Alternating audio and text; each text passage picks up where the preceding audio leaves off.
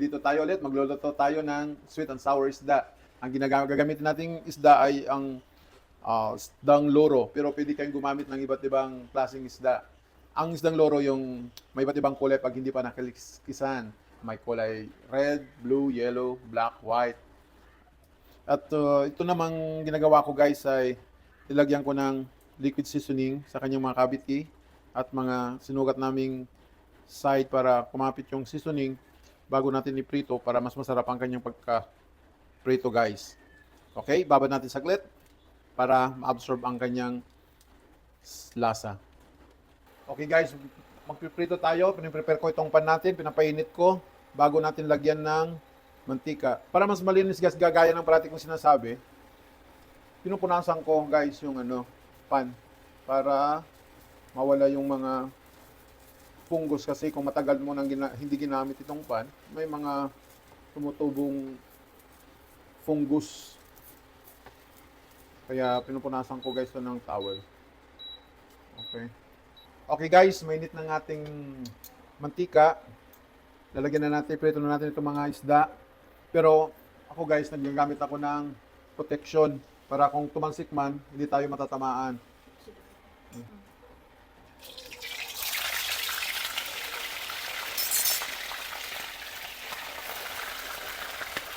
Kasya lang dito guys, 3.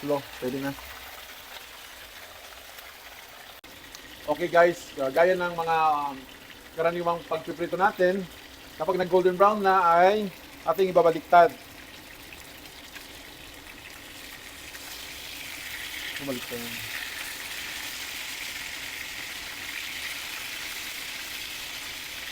Okay guys, magluluto tayo ngayon ng kanyang sauce, parang slurry sauce niya. Ang mga sangkap ay may sibuyas, bawang, luya, at black pepper, ground or white, and then yung red and green bell pepper, carrots, tomato ketchup. Guys, emphasize ko yung ketchup, ang dapat natin gamitin ay tomato, huwag banana. At saka white vinegar, water, at saka salt for taste natin sa kwan. Okay, let's do. Okay, where's this? Ito na yung sibuyas. Luya. Saka yung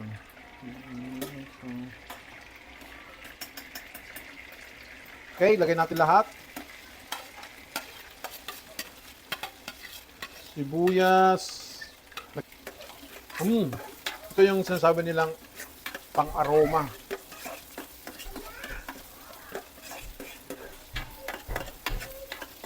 Tapos guys, lagyan natin ng water. Guys, din lagyan natin ng vinegar. At hintayin natin kumulo guys. Okay guys, tignan natin kumukulo. Yan, kumukulo na. Lagay na natin yung tomato ketchup.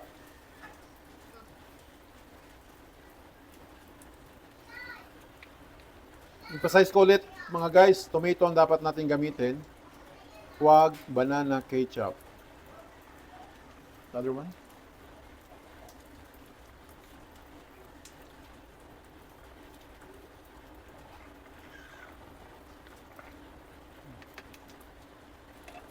Tapos haluin natin ng haluin.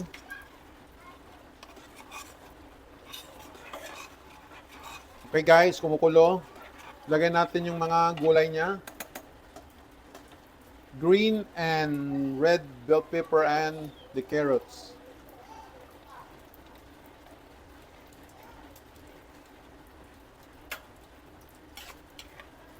Kaya natin saglit for 3 minutes. I-prepare natin yung cornstarch. Guys, kumukulo na. Lagyan natin yung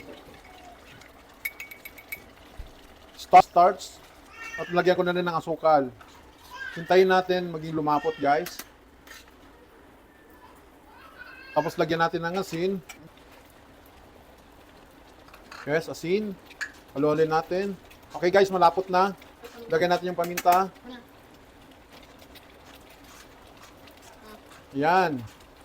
Patayin na natin guys kasi malapot na. Naluto na. Tikman natin guys. Ito.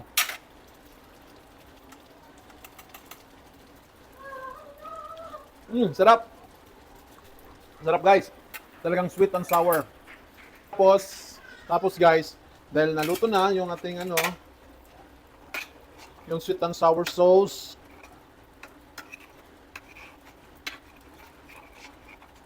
Yan. Very slurry. Malapot. Ngayon, i-arrange na natin guys yung mga isda niya. Pwede nating i-arrange yung isda sa plate. Tapos, doon natin ibuhos itong sauce niya. Pero ito, lagyan natin ng isda. Yan. Ibabad natin ng mga 3 minutes guys para ma-absorb niya yung lasa ng sweet and sour sa loob ng aming fish. Yan. Dahil mainit yan guys, huwag na natin ibayan na natin i-absorb yan. Takpan natin para ma-absorb niya yung sauce. Okay guys, ito na ang masarap na sweet and sour fish. Okay? Write a comment, follow, subscribe and share para lahat tayo ay makinabang sa masarap na luto. This is Edwin Alan, aka Edwin Manglalan. See you next cooking.